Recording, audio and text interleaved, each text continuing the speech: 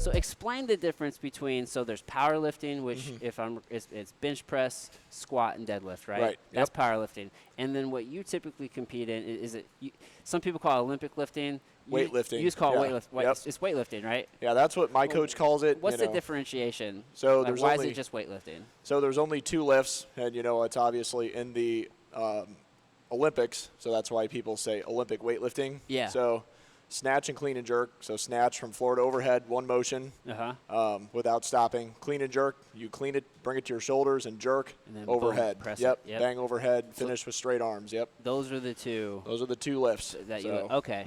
And that's all it is. Okay, so one has 3, one has 2. Yep. And then the lifting, the weightlifting, is actually done in the Olympics. Powerlifting is not done in the Olympics? They don't have it yet. I mean, maybe someday, but not currently. Okay. So, and there's different variations of powerlifting. There's raw, so belt or no belt, knee wraps. Well, raw, you can have a belt, you can have knee wraps, and then there's geared where you're actually wearing a suit. Yeah. That'll squeeze you. So it doesn't matter if you have like the belt and the knee straps. It just matters if you have the suit. Yeah, that's the main thing, and really the suit. The only thing that the suit provides is compression and more support for your joints and for the interstitial spaces, so you can handle more weight. Okay. And there's different degrees, different plies. So when you get into multi-ply, there's multiple layers.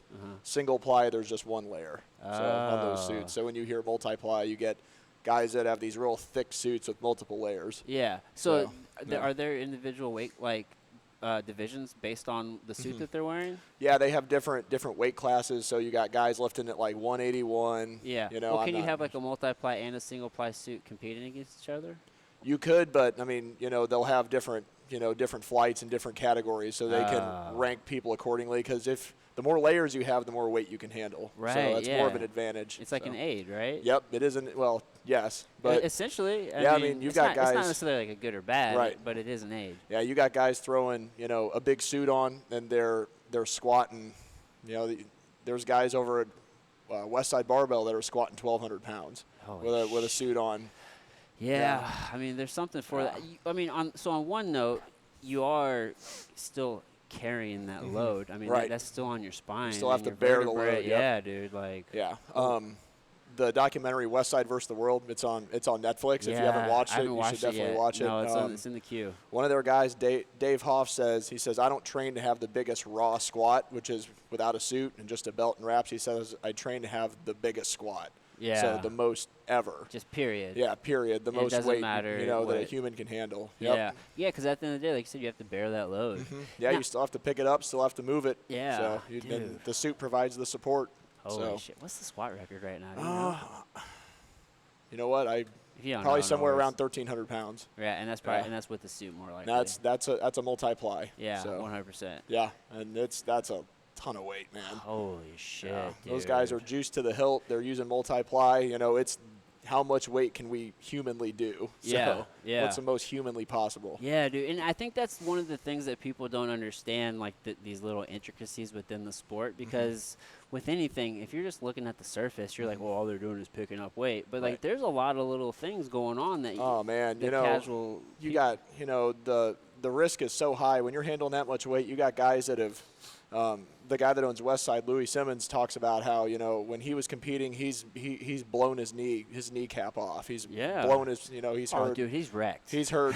he's hurt tendons snap like a broomstick. He says. Yeah, because the load is sometimes the body just has to give one way or another. Dude. Yeah. I look at like when you're snatching, bro, and you're over your head. I don't have that capacity in my shoulders to like the load that you have up over your head. Like it's amazing. Oh, thank you. Dude, I think about that. Like, I don't have that capacity to move like that. Like, I'm trying to develop that, not necessarily to, like, move that kind of weight, but to be able to even do, like, with just a barbell, bro, like, just a decent overhead squat. Right. Like, I don't have that. I'm not good at that. And that's how you start. You want to start by getting strong in the receiving position. So if you want to get really good at this, I would say start, doing overhead squats and, get that bar on your shoulders and then get your hands placed. Press it overhead and get yourself set, brace your back, and just spend time down in the bottom. Yeah. So you have tremendous strength in the receiving position. Yeah. And that's really, it's just building up positional strength, and there's all these little supportive movements that can add to that. Yeah, so. 100%, dude. And you do patience. Yeah. Because that's one of the things that really rubs me with like CrossFit. Like there's nothing.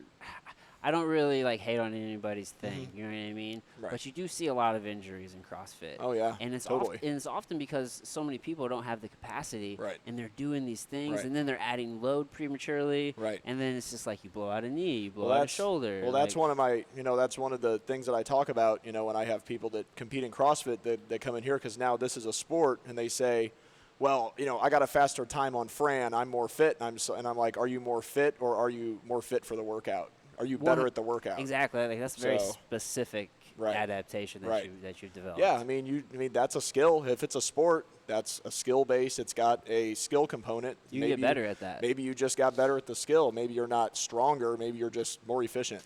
Yeah, and that's the thing about the body. It's always searching for efficient ways to do things. Oh, yeah. Constantly. And, leading into more of the way that we train here, once your body feels like it has got all the answers, that's when you start to ask different questions. Yeah. To really push that adaptation further. Yeah, 100%. Dude, like you really have to build that foundation, like the foundational strength, like the capacity, the movement. Like, absolutely. If you aren't able to do these basic movement patterns, squat, hinge, press, like if you're not able to do those safely, then you're just asking to hurt yourself. Oh, totally. Yeah. So sometimes I feel like I'm picking on CrossFit, but it's just so common there. You know what I mean? Because it is extremely popular, and it does create. They're great for community, dude. Right. Like there are just a ton of great aspects to it, but yeah, when you add that competition aspect.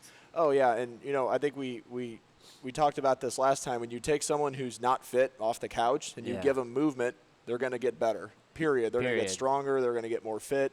So everything works for a while until you get to a certain level, and then you need to change the stimulus in order to keep progressing. Right. So, and that's why CrossFit has taken off in the previous years, is because you take all these people off the couch and they're not fit, and then they're getting big results. Bang, bang, bang. And they want to keep going. All of a sudden, your body's gonna get to the point where you can't go any further. You got to start doing different stuff. In order to progress, and it's as simple as that. Yeah. And so many people, we live in such a time where it's all about instant gratification now. You know what I mean? Everybody wants those quick results. Nobody wants to think about, all right, well, I'm entering into this as a lifestyle change. Like, this is just a new way of doing things. Like, will you ever stop lifting? Like, intensity may change. You may do different things, but you think you're ever going to stop? There's a really high burnout rate in weightlifting, so mainly because it's very repetitive. I mean, it's the same thing, the two classical lifts. Snatch and clean and jerk over and over again. And there's days that I come in and I'm like, man, why am I continuing to do this? Why am I, it's just the same stuff over and over again. Right. So, and then, I'll take a day and then I'm itching to get back. Right. So, sometimes you just need a day to let your body decompress and catch up and let your mind catch up. Yeah. And it's a mental grind. The way that you view the lifts changes over time, the mentality that you bring into it, and the things that are going through your head as you're getting ready to do the snatch and do the clean and jerk. You're thinking about different things, and that's what's helped me PR as I'm going. I'm thinking about, I have a whole different view of both lifts than I had 2 years ago. Yeah. I have a different relationship with him now. Yeah. So I can equate that really well to jiu-jitsu because it's really with anything. I always say, like, the longer you look at a problem or you look at something, you see it differently.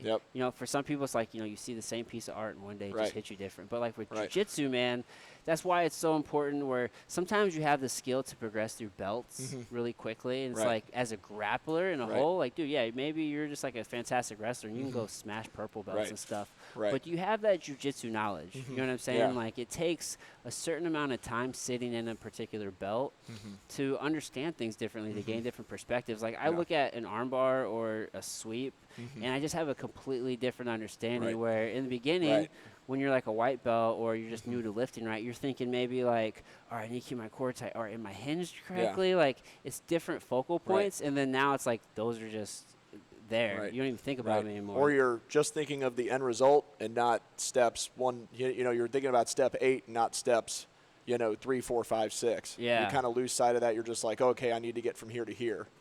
And same thing with rolling, same thing with grappling. You have a deeper understanding of what what segues into what. Right. So, yeah. 100%. So it helps you build and improve. Oh yeah. Dude. Yeah. And you just have a real depth of knowledge. Yeah. You know, and you acquire those little pieces that not everyone has. Right. And it takes hours to do that. Right. But but you also do like front squat, and you're still moving weight in other ways, right? Oh, so oh yeah. Strength, I guess maybe because I realize like weightlifting is the sport for you, and that's such a general term for most people when they say it, even myself. So you'll never stop like strength training. No, right? Like that's, you know what I mean? Like that's just a way of life, training. 100%. Yeah. 100%. And now working with some of these fighters, now I'm starting to do like for my my own health and conditioning, I'm starting to add some more of the components that they're using that Sean Woodson and Eric Ellington are doing. Yeah. I'm starting to add carrying stuff. I've got them working more weighted carries. Working from the like clinch, doing some like pummeling with them, I'm starting to add that in a little bit more, and it's actually helped me get it's helped me get better. Yeah. Being around them, it's made me a better lifter. It's made me a more aggressive lifter. So. You see that, man. I mean, cross training, like training your bodies in other ways, and it translates so well to like the main thing that you're doing. You see that a lot of times with just we were talking earlier, like mobility work, or people who do yoga, or they go into jiu-jitsu or some sort of other thing where it just it challenges the body in a little bit of different way, and it just because we were talking about like the repetitive aspect of certain things, and you get imbalances or what the case may be. So like just that change. Right. Absolutely. Yeah, absolutely. Dude, that's huge. That's huge. Right. So how much longer do you think you're going to be lifting? So I've got that you have to be thinking about the end of mine, but so here's my because you're deep into this, and I just think of it. Sorry to cut you off, but I think of it in the way of like, for example, when people get into bodybuilding or like these sports, you get better as time goes on, right? You get stronger as time goes on. For a lot of people, as we get into advanced age, like strength, like you kind of lose power and explosiveness, but like strength and endurance is always there. Usually, like they remain well into old age. Right. So as you get deeper, and I'm sure you're seeing like you're constantly getting better PRs, you're getting stronger. Yeah. You know what I mean? Like, and you just killed it at nationals not that long ago, right? Yeah. So I had the Arnold Championships. That was that's the biggest meet I've ever competed in back in March. So that was bigger than the Vegas. Oh man, yeah. You've got nationals, and that's you have to qualify, so it's not a very big meet. That pool is it's gotten smaller and smaller because USA Weightlifting keeps raising the bar, keeps raising the standards. How so? Well, I mean, so for example, in my weight class, you need a 292 kilo total between snatch and clean and jerk. Okay. That added together has to read a certain number. So everything's in kilos, right? Everything's in kilograms. That's 2.2 pounds for the listeners, right? Okay. Yeah. Yep. So, they're really starting to narrow it down, and you got this real elite class that's rising up. That's going to nationals, and there's qualifications to get into the like Arnold Championships. Yeah. Get into the American Open. I've done 2 national level meets, the Arnold and then Vegas. And then I did one up at CrossFit up in St. Charles. Yeah. And that was just, I think I came off a competition a little bit too soon. I still put up a pretty good number, but not what I wanted. And now I'm at the point where I can really, I've got a much bigger foundation. I took some months and just trained and trained and trained. I was actually supposed to compete on Saturday out in Kansas. Oh, really? But I'm doing this camp instead, so I'm just going to go and max out and treat that like a meet. So that's fair. I'm out there, so you just kind of put yourself in that state mentally. Right. But there's no like real detrimental cost to it. Is there like a good time frame in between meets just to allow the body to recover? I'm kind of trying to figure it out. I think it's 2 months is what I'm thinking. At least 8 to 10 weeks. Because man, I'm telling you, I trained so hard for the Arnold. And then I came home and got sick right away. Got a big GI bug, and it just stripped me. I think I lost like 8 pounds. Oh shit! In 2 days, and that pushed you down. Yeah, man, I was smoked, and it took me time to get my strength back. Yeah. Like it almost took me 8 weeks just to recover from that. Really? Like it was so wrecked you, huh? I've never been that sick in my life. Yeah, your immune system must have been really low. Yeah. I don't know what happened or if I ate something, but man, it could have been food poisoning. It could have been something, but I was just, I was so sick for, lingering. And of course, I was super sick that night, and then I was I got up at 5 and came in here to train people, and I was crushed by midday, Dude. and I had to call off at midday. So yeah, I came home and laid on the couch, and Emily, she's like, she's like, man, you look so bad right now. Like, I've never seen you look just like you're dead. Yeah, like dude. Like the life has left you. Yeah, because like you live in this place. Yeah, I mean, I'm here all the time. So but I mean, it really took me some time, and even after that, I kind of struggled with, I battled injuries for about 3 or 4 weeks because I made up my mind that I was going to come back and get this total, Oh, yeah. And then I had it in my head, and I pulled a rib out, and somewhere in my upper back, and blew my back out another 3 weeks later, and really had to kind of back off a little bit and just focus on being healthy. Yeah. And spending time doing the special exercises and doing some other things and lifting 3 to 4 times a week instead of 6 days a week. But now that I'm healthy again, now I'm back up. Yeah. So, and I'm putting up the most weight I've ever put up. I just got a total PR on Friday. Oh, nice. So, nice. I'm in good position to get another one here on Saturday. Yeah, dude, injuries are I mean, they're a mind fuck, for lack of a better. What I mean? They're mentally wearing, dude. Yep. Like, it sucks when you're just too strong for your body. Bro, yeah, I know. Too tough for your own body. Yeah, when I make up my mind I'm going to do something, I will do it no matter what it costs me. 100%. Yeah. I mean, that's just the way that I'm wired, and that's how I was when I was in college and when I played high school ball. Well, that's the mentality of success. Yeah, like, I'm going to do it whatever it costs. So, and if I'm hurt, I'm hurt. Yeah. It is what it is. So. Yeah, it's a tough place to get to where you're like, man, I'm just going to scale back and because that's what I did. I broke my toe. I'm like, well, man, it feels good, and we always trick ourselves. Like, all right, well, I feel good enough, but then you do the thing, right? And you're like, oh, I don't feel good enough. Like, I immediately regret this decision. Right. So I'm trying to just be patient. Like, all right, well, I did break my pinky toe, which it happens all the time. I've done it several times. It's par for the course, but. Just take the time to rest, man. When I do come back, then it's like you might as well take this. I'm not going to take 6 weeks, but it's like you might as well take the 6 weeks on the front end because if you don't, you come back at week 2 or 3, it's going to prolong into 9 months now. And what's so funny is I'm so good at regulating that for other people. Like, fighters that I'm working with, if they're having an issue, I'm like, all right, here's what we're doing. But for myself, it's no, we're going to max out tomorrow. Yeah, so, well, that's why we all need coaches. Right. Yeah, right. Dude. So, yeah, you're savage, bro. Yeah, man, it's, I just can't quit. So. Yeah, dude. Yeah, you can't. You just really can't. Keep on going. So how long? So you started competing how long ago? So I really started. I think I did my first meet back in 2015 or 2016. Okay, so you're about 4 years in. I did it kind of off and on. It wasn't like it is today. Yeah. I was lifting hard 3 days a week and doing like rowing and conditioning and running and stuff like that on some of the other days. Yeah. And now today I'm really up to 6 days a week. Oh, nice. So, yeah, dude. So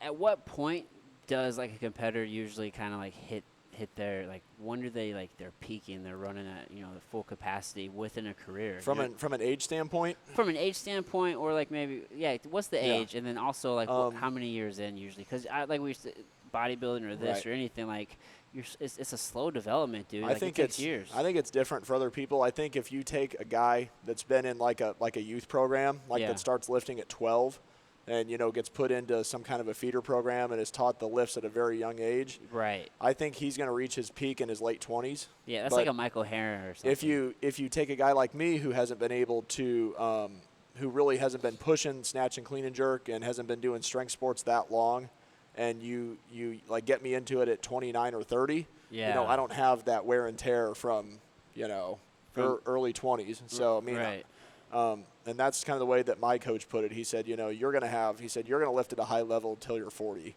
Oh, really? Yeah, he said you'll be doing lifetime PRs at 39. Holy just because I don't have the wear and tear. So as long as I do everything right from a recovery standpoint and eat the right foods and don't get tore up, basically. Yeah, you're very disciplined. Right? I mean, he's just, over and over again, he's like, 3 more years, you're going to be a national champion. Dude. 3 years and you're a national champion. He says it almost every day to me. That's excellent. That's the affirmation. 3 years, you're going to be a national champion. He's like, I'm telling you, man. He's like, it's going to happen. You just need to keep pushing. It's not a matter of if, it's when. Right. Yeah, right. bro. And, there's sometimes there's times that I need to be told that because I don't really believe it. Yeah. And there's times where the weight is so heavy, and there's times when I can just handle 102% of my max, like, it's nothing. You know, it just feels so light. It's like, how is this ever even heavy? You know? Dude. And those are the moments it's like, dude, you're on the right path. Everything's hooking up. Okay, so, And like, dude, so I kind of go into things like head first. It's like, I'm in for the long haul. Like, that's how I jump into things. Right. I get that same vibe. I'm the same way. Yeah, dude. It's like, well, fuck. Yeah.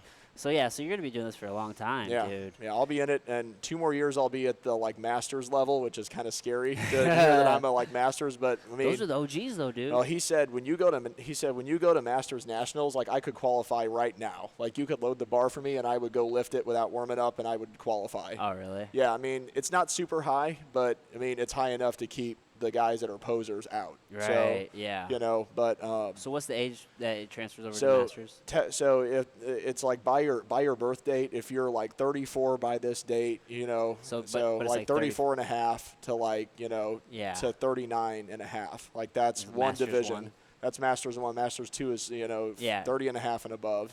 39 and a half to 44 and a half. Oh, so like every 5 years. So, so you just jump a category. But, John's like, he's like, man, when you go to Masters Nationals, he's like, you're going to beat the shit out of everyone there. Dude, that's exciting, bro. He said, these are like broken dudes, you know? He said, you're going to smash everyone, and it's going to be scary. Yeah, because you're gonna be that fresh guy where, like, a lot of guys, those guys probably maybe, peaked in their 20s. Right. And then now you don't have those injuries or all that wear and tear, and you're just fucking blowing through it, dude. And man, we hit our physical peak like some do it like in their late 20s, but definitely like into those early to mid 30s, dude. You know what I mean? I was told like 28 to 34 at some point by. I had a Bulgarian teammate in college, and I was like, when do Bulgarians peak in terms of physical performance? And he said 28 to 34. Yeah. So. Yeah. My wrestling coach made that point to me, or all of us, but it really stuck out to me in high school. He said. He made the point using wrestling, talked about how, like, the Russians back in the day used to be the shit. Yeah. And it was because they were sending, like, grown men, like, in their 30s to wrestle. Like, us as Americans, we were sending, like, kids in their college 20s. Kids. Yeah, college kids in early 20s. It's like, they're going against grown men. Yeah, well, and it's totally different. I mean, like that dude, Alexander Karelin, remember him? The big guy? Yeah, the big superweight, dude. super heavyweight. Yeah. Like, he was just juiced to the gills. Yeah, he was. He's a physical specimen. And he was, he was so strong, and the guy was like 38. You know, and he's still jacked. Yeah, he's still huge, and he's like in his 50s. Yeah, dude. Yeah, there's this picture of him where he he has a guy by the waist. He's about to like launch him, and just like every vein in his neck is just bulging. He's scary. Yeah, I mean, if like Ivan Drago was real, that would be him there. Like, that's the real life version of him. Oh, for real. Yeah, for real. He was a scary. The Russian. Did you watch that documentary Icarus? Mm-hmm. Oh, man. Yeah, man. Yeah, I mean, it makes sense. Yeah, I mean, they're gonna do whatever they can to win. You want to win. I don't blame them. Yeah.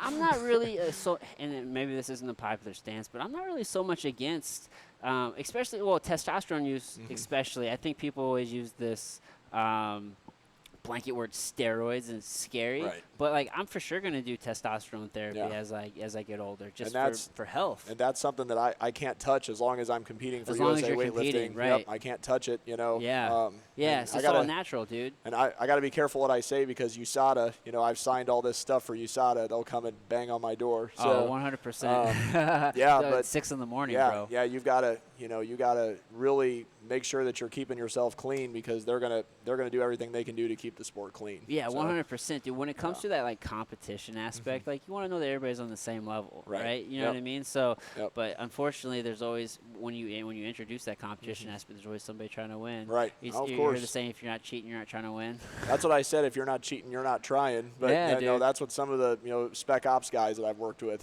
have told that to me. So, yeah, I mean, you're trying to fucking win, and, dude. there's those are some guys where that's kind of they turn their superiors might be like they don't mind if you're taking that stuff, because it gives us the means. Type deal. This is it's kill or be killed.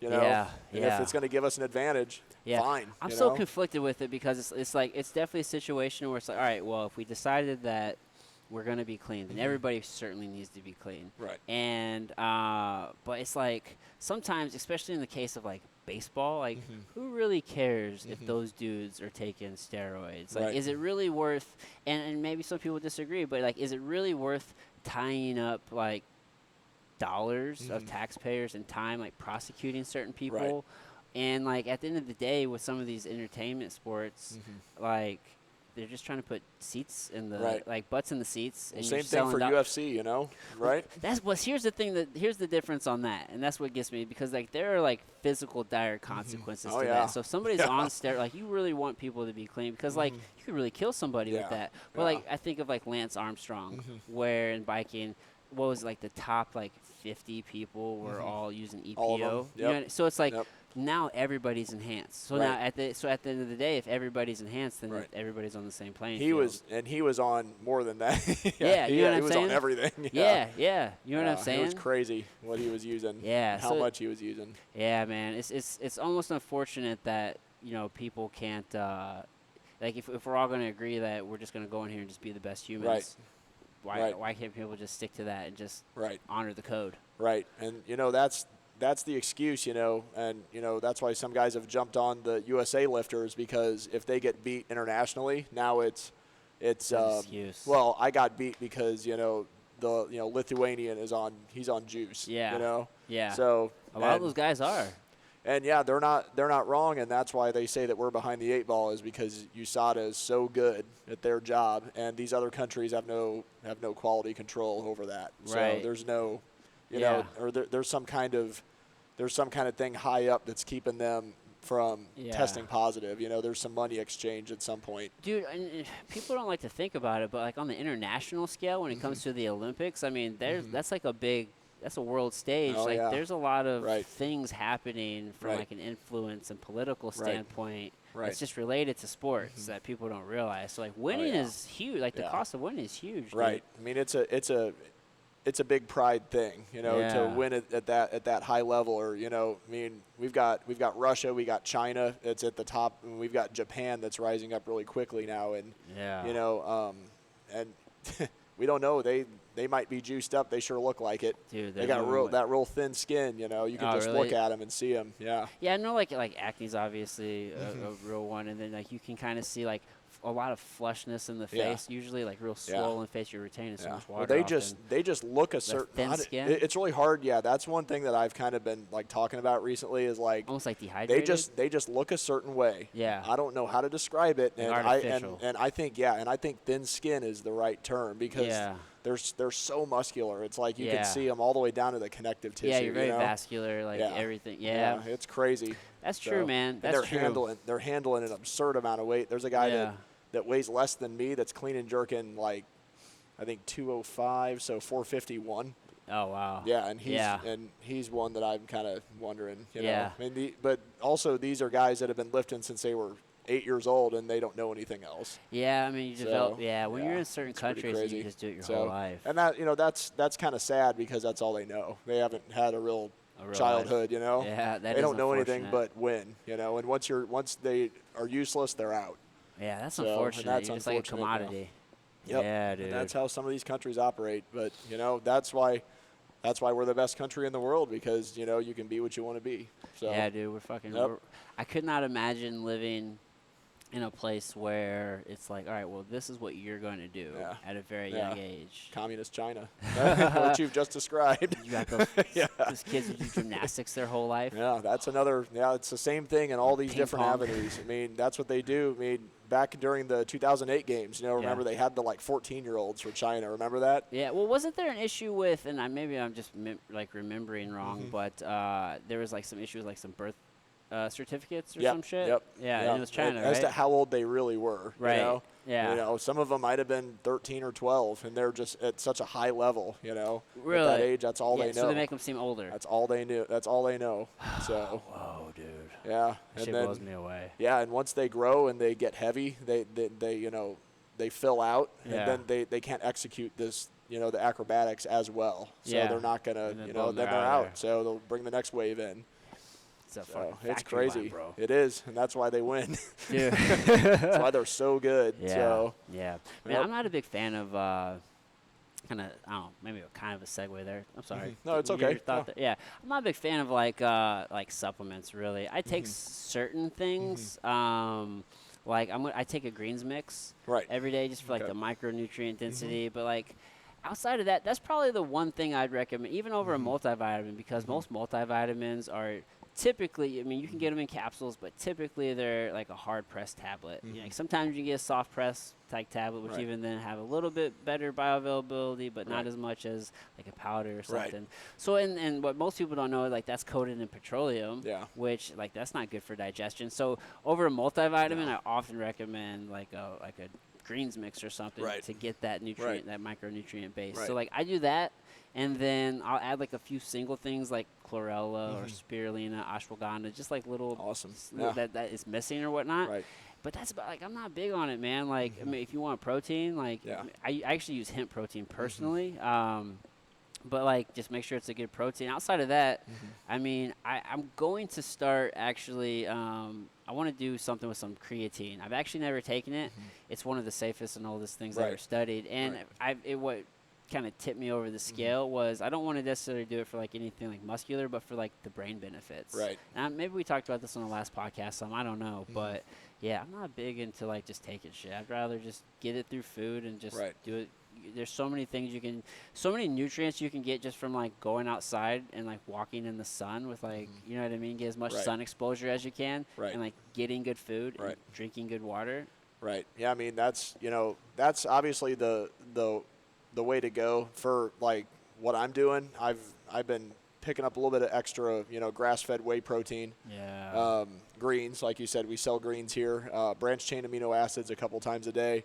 And 10 grams of creatine, 5 in the morning, 5 at night. And that's helped me a lot. What's your carbo load like right now? I couldn't tell you. I just eat till I'm not hungry anymore. Well, I just eat a lot. Dude, I don't. I'm not really into like. I'm not. So I feel like there's two kind of schools of thought. Like some people who like weigh out everything and they're like, oh man, like I had 45 grams of carbohydrates. Like, I'm not that guy.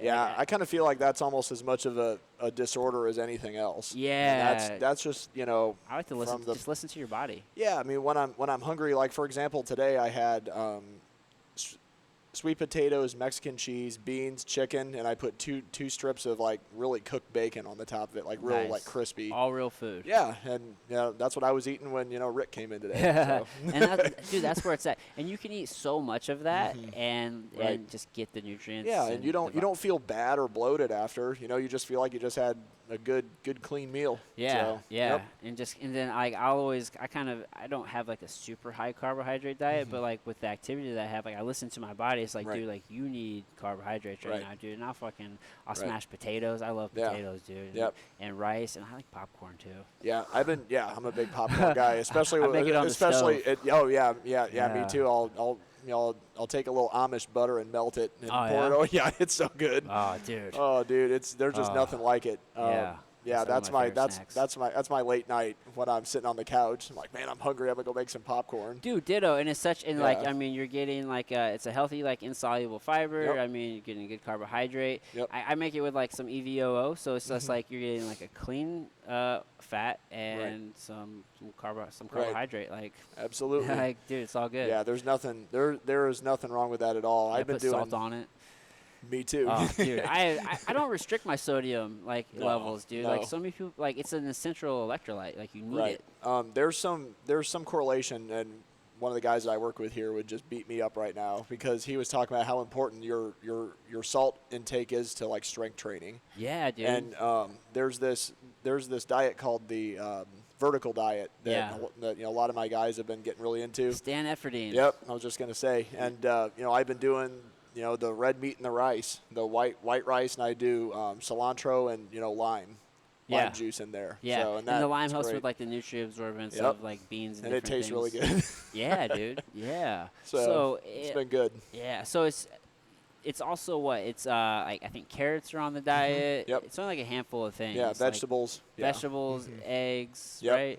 Yeah, it's red meat. It's really pretty narrow. I'm like vertical-ish right now. You're I understand. Like a modified vertical. I'll like go to Qdoba and I'll get double rice and double steak on my burrito and grilled vegetables and queso, and I just make it as heavy as I can make it. Yeah, that sounds because I'm burning through. I'm on my feet for 10 hours a day, and then I got to go max out. Not at the end of the day, but at some point. Dude, your energy expenditure is like through the fucking roof. Yeah, dude. Like you have those needs. It's so hard for me to maintain weight. I think the last time we talked, I was like 192, and I'm 211 right now. Oh, nice. So I mean, I've put on It's a good close size. to 20 pounds. So yeah. since we last what do you talked. think the split of that is between like muscle and fat? You know, I've gained a little bit of fat, but it's not. Well, it just comes hand in hand, right? There's some days that it like freaks me out, but it's not much. You know, I'm so used to being so lean and wiry my entire life, and you know, I'm bigger and thicker and broader, but it's just like, you know, oh my God, there's a little bit on my stomach. What am I going to do? You know, I better go and do some sit-ups. So. That's just a part of strength, dude. I mean, you see truly strong dudes. They got a little bit on them, and part of that, it helps with their, you know, leverages, and it helps them handle more weight because they've got there's more thickness to them, and it helps with the like hormone production. Yeah, so, I think the problem is when there's like the ratio gets out of whack, right? You become fat and mushy and stuff like that. Like that's so the issue is like. Just that imbalance, right? So it's just a part, but mentally it's probably hard to like accept. Right. Normally I'm just kind of like, you know, I just, you know, don't even read into it. Just keep on training, you know? Yeah, just keep on training, bro. When I come off the creatine, I get real tight because creatine makes you retain a little bit. It makes you a little bloaty. Yeah, your whole So when I miss a day, or like on like Sunday if I forget to take it, or Saturday if I forget to, like if I forget 10 grams, you know, I get tight really quick. Yeah. I get really tight and really cranked up really fast. So, okay. So and then when I get back on it, you kind of see me fill out a little bit more. So you respond to it pretty well. Yeah. Oh, yeah. I'm going to start implementing it, dude. It's so cheap. And there's so many benefits to it, actually. So I think I'm just going to do like 2 or 3 grams, maybe. I'm going to start maybe just before bed. And then I'm going to do little. like. It's just not much. You don't need a lot. And then I'll do like maybe like 2 or 3 in the morning, and then do 2 or 3 in the evening, and then stack, you know what I'm saying? If you're doing more training for, you know, power production, for your like, you know, grappling and stuff, that will help you push through those workouts better. 100%. Because what people, I mean, we naturally produce it, you know, in small amounts, right? I mean, and it's for those short bursts of energy, like that power production, right? So, I mean, I definitely want to do it before bed because that's when a lot of the restorative work helps with the brain and different things. So I wanted to have like that source. But then, I think I might maybe stack that with maybe like also taking like a morning or like a mid-morning dose before some heavy training or something. Yeah, I do mine right before bed and first thing in the morning, and I let it settle for about an hour or 2, and then I'll go train. And that's when you're the most bioavailable. Yep. Do you train fasted in the mornings, or do you eat breakfast? I've been doing it more and more, and I kind of like kick my feeling good, or since I've been taking creatine, it's been okay, and that's with, you know, I normally have 6 to 8 lifts over 80% on snatch and clean and jerk, and then I have to squat. So are you mixing BCAAs in there as well? Yeah, you know, as I'm training, you sip on those while you're training. Right. Gnarly Nutrition, you know, we've partnered with them. They have a great blend, and it's got just a touch of caffeine in it. Yeah. Just a touch, just enough to kind of keep you up. But there's nothing wrong with caffeine. Yeah. The problem is when they fucking stack it in there, and then they pound it with sugar. So, you know, I hate that. Yeah, man. They've got a real clean blend that I really like, and that kind of keeps me at a nice, even level. I don't soar up and then crash by the time I'm done, you know, doing clean and jerk. So no like glucose in there? No, for you, like, are you adding any sort of glucose or anything? I'll you know, between snatch and clean and jerk, I'll have fruit snacks. Okay. You know, like not quick like energy. The Aldi's brand Black Forest, like that is a great, you know, it's got the like fruity, like gushy middle. Yeah, that's the one that I like. The like Gushers, the real like Gushers from back in the day. They will make me sick, man. Really? It's just too much. I don't know what it is about the Aldi's brand that makes me tolerate it. So. Aldi's usually, I feel like, man, I love that store. I pretty much shop only there in Costco for the most part, personally. I'll go a few other places if I need to, like for like one-off stuff. But I think they just typically use like healthier, you know, formulas for the things that they make for all their in-house products. You know? So then maybe there could be in like just regular Gushers, and I'm willing to bet there's probably some sort of like artificial food coloring. I can't handle it, man. Something that's fucking you over. So do you ever worry? Because from a nutritional standpoint and what the science would suggest, like there's nothing wrong with what you're doing, like eating those, right? And you're using the energy. They're gone like you're that, using man. it. You have it. So what I always wonder, though, is with some of those things, like those processed things, is while the body is using it instantly, like it is nutritionally it's void. And what we do know is that it does typically cause maybe some gut dysbiosis or inflammation. Like, is there a trade-off there? Do you ever wonder? Like, I don't know. I'm just speculating. Like, sometimes I wonder. When I eat a lot of them, and I eat them, you know, when I eat them regularly throughout my like session, I mean, like I didn't take any today, but when I use them excessively, I can feel my joints hurt. Yeah, it's like you can get away with it, but like, are there other effects going on like that make it not worth it? I mean, maybe. Yeah. But I mean, you know, Michael Phelps comes to mind all the time because it was real infamous, like how many fucking calories he was eating. Right. Something like 16,000 or something crazy, right? Something makes me wonder if that's a real thing. I don't know if our like digestive system can physically handle that much. And I could be off on that number, but it's something crazy. But what he was eating was he was like drinking like 3 Red Bulls a day and like eating like a whole pizza, and it's like you're able to get away with it. And what we've learned is like there's this thing where it's like normal weight but metabolically obese, where like you look good but like inside you're kind of fucked. And it's like I wonder if there's like some trade-offs there. Do you ever think about that? Yeah, I mean, you know, there's lots of times that I'm eating all this like heavy stuff and I'm like, what's this doing to my insides? Yeah. You know, what am I going to look like when I'm 40? And you know, lately I get in trouble with my wife.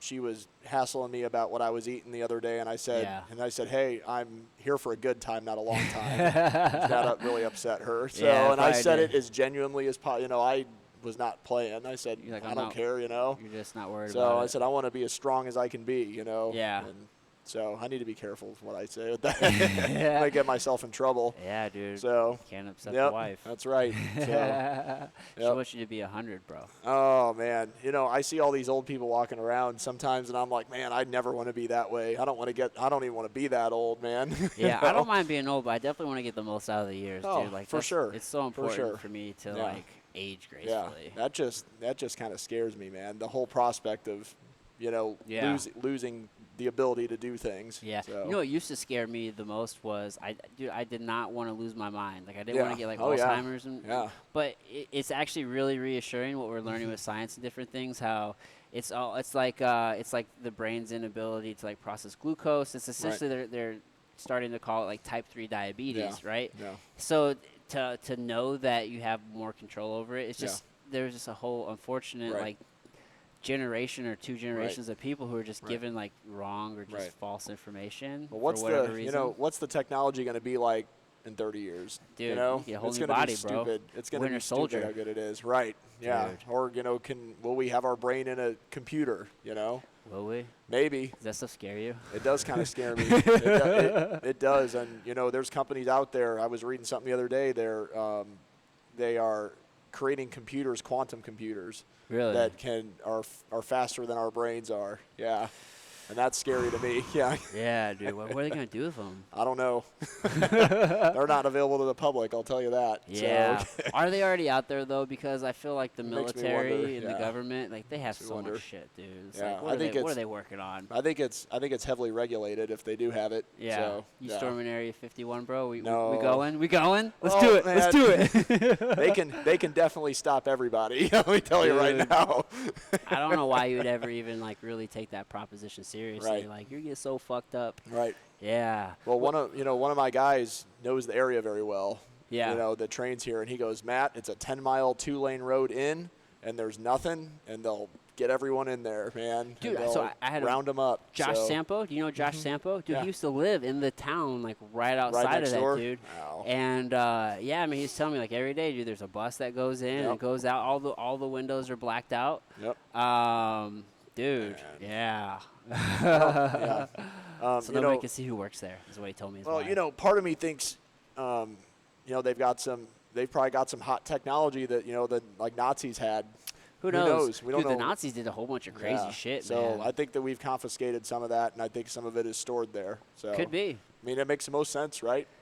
You know, whatever is there is probably like technologically super advanced. Right. What gets me though, dude, is did you watch that Bob Lazar documentary? No. So Bob Lazar is a guy who used to work at Area 51, and specifically, I think he called it like, I don't know, like area like a particular bunker within there, right? Yeah. And this was like back in the day, and Joe Rogan actually had him on, which piqued my interest. Yeah, sure. And like I checked out the documentary, and like I don't know one way or another, but his story. So he actually came out like back in like I think like the late 80s or some shit. Yeah. Talking about the different things that were going there, and like his job was he was some sort of like propulsion expert. Okay. And he was on a certain team like working on this propulsion device, see if they can like reverse engineer it. Sure. And everything's like super compartmentalized, so like nobody knows what the other teams are doing. Right. But the thing is, so here's what's interesting about his story. All of these years, these some 30-odd years, like he's never wavered from his story. He's just always just it's the same told every it. time. Yeah, very matter of fact. Yeah. And he's like this is just my. And it's almost like from what he said or what Joe Rogan was saying, like he was actually very hesitant to like come and tell us because he's just tired of it. But here's the interesting thing about his story, right? One, if you're lying, like usually it's hard to remember a lie. Right. Things usually and it like changes over time. Yeah. His has never wavered. And some of the things he's talked about over the years is like coming to fruition. Yeah. Like there was a particular like element, and I can't remember what he called it, but like it was later discovered. Yeah. You know what I mean? Like and it's like he talked about this like years before. Yeah. And then he talked about this particular like hand scanner that they had to use to get into the bunker. And it like what it did was it measured like the distance and density of your bones. Oh my God. And he would explain it, but then like years later it came out in this book, a picture of it, and it was used for a top classified like bunker for like some sort of like other base. I think it was Air Force like classified stuff what they were doing. Sure. And it became declassified, and then it's like here it is all these later. It's like then now there's that. And check this, bro. They tried to like erase his whole identity. Yeah. Like, why would they do that? Like, Yeah. why would somebody go through measures to like say like he didn't work here, he didn't go to school here, he doesn't have these degrees? He's lucky to be alive, man. Tell you the truth, bro. you know. That shit makes me think though. Like I don't know, man. I don't know what they're working on, but there's some heavy shit. Well, I mean, you know, that's where they built the B-2. What's the B-2? The big flying wing, the stealth bomber that we have. That's where they built the B-2. That's where they built, you know. Really? Yeah, the stealth fighters, they were developed there. I did not know that. All these weapons that we have that make us the best, it's all there. The huge edge over China and Russia, you know, it was all built there. Dude, yeah, all of our, I mean, that's where they unveiled that. Was over there. Yep. Yeah, we definitely got a lot of technology from the Nazis, dude. We scooped up a lot of their scientists. Yeah. They dispersed, like Russia here. Right. Like, I think they cut it in half. We got half in Russia. Really? The other half. They're working on some crazy stuff. It's crazy, dude. isn't it? So. Yeah. You know who Tim Kennedy is? Did you see he has I haven't seen the show, but he has the show where it's like Finding Hitler. Yep. I've watched that. It's pretty crazy, isn't it? Is it? Yeah. I've heard him talk about. I haven't seen the show, but like what he talks about and like the things that go on, like dude, there's some crazy shit. Like Argentina, yeah, like they have the whole compound down there. I want to watch the show so I can actually see it. Yeah, there's all these people that say that they had a base in in the like South Pole Antarctica area. Yeah, they're just crazy. So I mean, I don't know how much truth there is to it, but it's definitely something that's I'm a big history guy. Yeah. It really interests me to find out about that stuff. Yeah. So I mean, there's some crazy stuff that happened, and it's almost like we were too preoccupied with winning the war, and some of it may have slipped by. Yeah, dude, we're so focused on victory and getting this under control that a lot of what was going on went unnoticed. Right. So who knows? So you can't catch everything. Right. Yep. I wonder what got by. I don't know. Dude. I don't know. They've said that they've had anti-gravity, all kinds of crazy stuff. So yeah. Oh wow. There's all kinds of weird things. Yeah, so, that could become such a rabbit hole. I know. We better stop right now before we go any further. Well, just from like a research standpoint, dude, you see one video or just one article, and then there's the next one, and there's the next one. Well, it's funny because I'm at home and I'll like bring it up, and my wife's like, "Oh my God, here we go again." Break. Yeah, she's like, "This is so nerdy." I mean, what are you gonna do, bro? What are you gonna do? Oh man, she's like, "This is the worst. Just be quiet." Did your wife know she was marrying a nerd? Was she? Oh yeah, she did. Yeah, she was. I was watching Star Wars and Star Trek and all that stuff years ago. So. Did you watch the shows, or did you just like the reboots of the new movies? I like the reboots and like the new movies. Yeah, dude, I think they're good. Yeah. I definitely think they're good. I was watching. My mom let me watch it when I was like, 4 or 5 years old, and that's when I started, as a real young kid. So, love the whole space thing. Were you ever into like superheroes and shit? Oh yeah, yeah. My like Marvel knowledge surpasses most like day-to-day knowledge. Yeah, it's so true. I feel like I can tell you everything. Yeah. We just need to have a Marvel episode sometime. Oh yeah. We'll just talk then we need to get Jordan Dowdy on too. Dude, we'll just nerd the hell out, bro. We need to get him on too. Dude, you would have been perfect like sitting down. So we were just down in Tennessee, and we sat down with Dave Whitley. Yeah, I know him. I'm Facebook friends friends with him. Yeah, dude, yeah. he's into like the Marvel and all the superheroes. Loves it. Dude, what superpower would you have? I know you've spent time thinking about it. I mean, really, like, everyone goes with flight. I would probably, probably strength. I mean, strength is like, if you're the strongest guy ever, think of what you could do, Like, do you want to be, like, big and strong, or do you want to be, like you know what I mean, like, unassumingly strong? I want to be, like, unassumingly strong, you know? You just, like, pick the guy up with one arm right off the ground, Yeah. Or, like, pick the car up, like, what's that movie with Will Smith? Hancock. Yeah. Like he was, have that kind of ability, man. Just normal frame and just super ccrazy strong. He's like sleeping in the park drinking tequila. Waking up hungover in the park. Yeah, he was like 200 years old, but he looked like he was like 30. Yeah, it was crazy. Dude, he had like multiple powers. Yeah, he could fly. He was almost like, Superman-ish. Yeah. His flight and strength and But he aged super slowly, like Wolverine. Yep. That's what I want to do, dude. I want to be able to like regenerate. Like, just so you're never hurt, like Wolverine. Right. Yep. And I think that's why maybe I focus on, like, aging so gracefully, because I just want to be, like, the beast and super old. But then I also think about, because, like, time's so important to me, like, I think about, like, I would really love to be able to teleport. Right. Just, boom, I'm there, bro. Dude, you want to go to Rome? Right. Boom, we're there. And what's his name from the, X-Men, Nightcrawler. Nightcrawler, dude. That's your guy right there. That's my guy, bro. And he could, like, walk on ceilings and shit, Yeah, too. he's crazy looking. So, yeah, dude. Yep. We'll have to nerd out sometime, man. We will for sure. Absolutely. So what's coming up next? I think you mentioned a little bit earlier. What's the next competition you got going on? There's one at Lindenwood in November that I got my eye on, and they got, the weightlifting program there was in its first year when I was a senior, so I didn't really get to jump on that because I was the captain of the track team. I wasn't going to leave my whole team just to go and start something totally new. Yeah. But that commitment. Yeah, so they've got a really good meet. I got PR after PR last November, so I want to go back. The gym that they lift in, that's where I trained. Oh, nice. So that's home. So it's like coming home. There. Yeah, I feel really comfortable lifting in there. Oh yeah.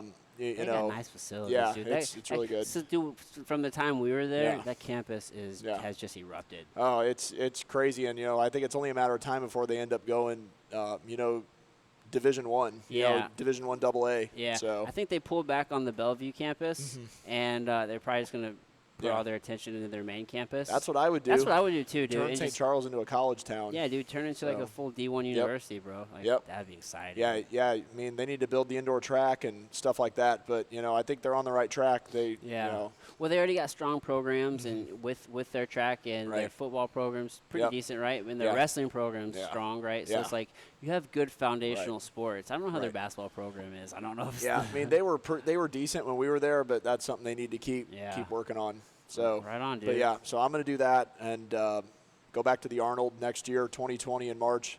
Dope. I'm kind of working around. I got all these fighters now that I want to go to all their fights. So I need to I'm kind of scheduling around that and. Yeah, because you're so invested with those guys, dude. Sean just signed a fight for October 18th in Boston, so I'll be at that one. Dope. And you gonna be in his corner? Does he get 3? Right, he gets 3. He has 4. He has 4 corners. Or at least in the back. Yeah, he said he can have up to 4. So nice. So you'll be there. Yeah. So we're gonna figure that out. So we're gonna get up there probably the 15th, and I'm gonna help him out with whatever he needs, and be there for whatever. So well, that's super exciting. Get the full experience. I don't know how much you've thought about it, but like that's a whole new transition for you into like a new area. It is. You know what I mean? Like that's some exciting shit, bro. It is, and it's when you're like training these guys here, it's really pushed me. When I started training him back in June of last year. Yeah. June 2018. What can I do to make this guy better? Where's he weak? And now I'm using that same philosophy with every guy that comes in here. Yeah. So, dude, that's it. When they come to the right place, dude. Right. Oh, thank you. Thank you. So tell folks, again, how can they check you out? Plug any socials, any sponsors. I know you mentioned, I can't remember the name of the brand of the supplement. Do you have like Gnarly Nutrition? Gnarly Nutrition. Do you have like a code or anything with them? I don't. I think I said this on our last show. I need to reach out to them and talk about maybe some kind of like sponsorship deal. I'm going to be out in their neck of the woods next week. Dude, you're traveling, you're teaching, you got a hell of a facility. I need to get out there and talk to to Shannon that owns that. Okay. About that kind of opportunity, but how can people check you out? If people want to check me out, you can follow me on Instagram at Horsepower and Barbells, or the gym Instagram at Deliverance. Yep. Email Matt at jimjones.com, GYMJONES.com. You got anything coming up with Jim Jones? You're going to be teaching? Yeah, I'll be out there next week. Next week, right? Teaching that and that's they're in Kansas? That's in Utah. So. Oh shit! So you're going to go from Kansas to Utah? Yeah. So I go to Kansas this weekend. I come back. I work here for a couple of days, and then I hop on a plane and skip out there for 3 days. Okay. So. Dang. And I'm gonna probably max out again in front of everybody, just to show my stuff and teach. And really, that's what I'm teaching is just snatch, clean and jerk training philosophy, sports-specific training. I'm sure I always get a lot of people want to know about me training the fighters, and I'm going to probably talk some about that as well. Yeah, so it'll be good. Training, all that good stuff. It'll be good. But yeah, man, thanks for having me on again. We need to get together and do some like superhero stuff on here. For real, dude. Yeah, we'll nerd the fuck for real, out, bro. Yeah, man. Thank you. Right Appreciate on, bro. it. All right, dude. All right, bud. All right, everybody. I'll see you next time.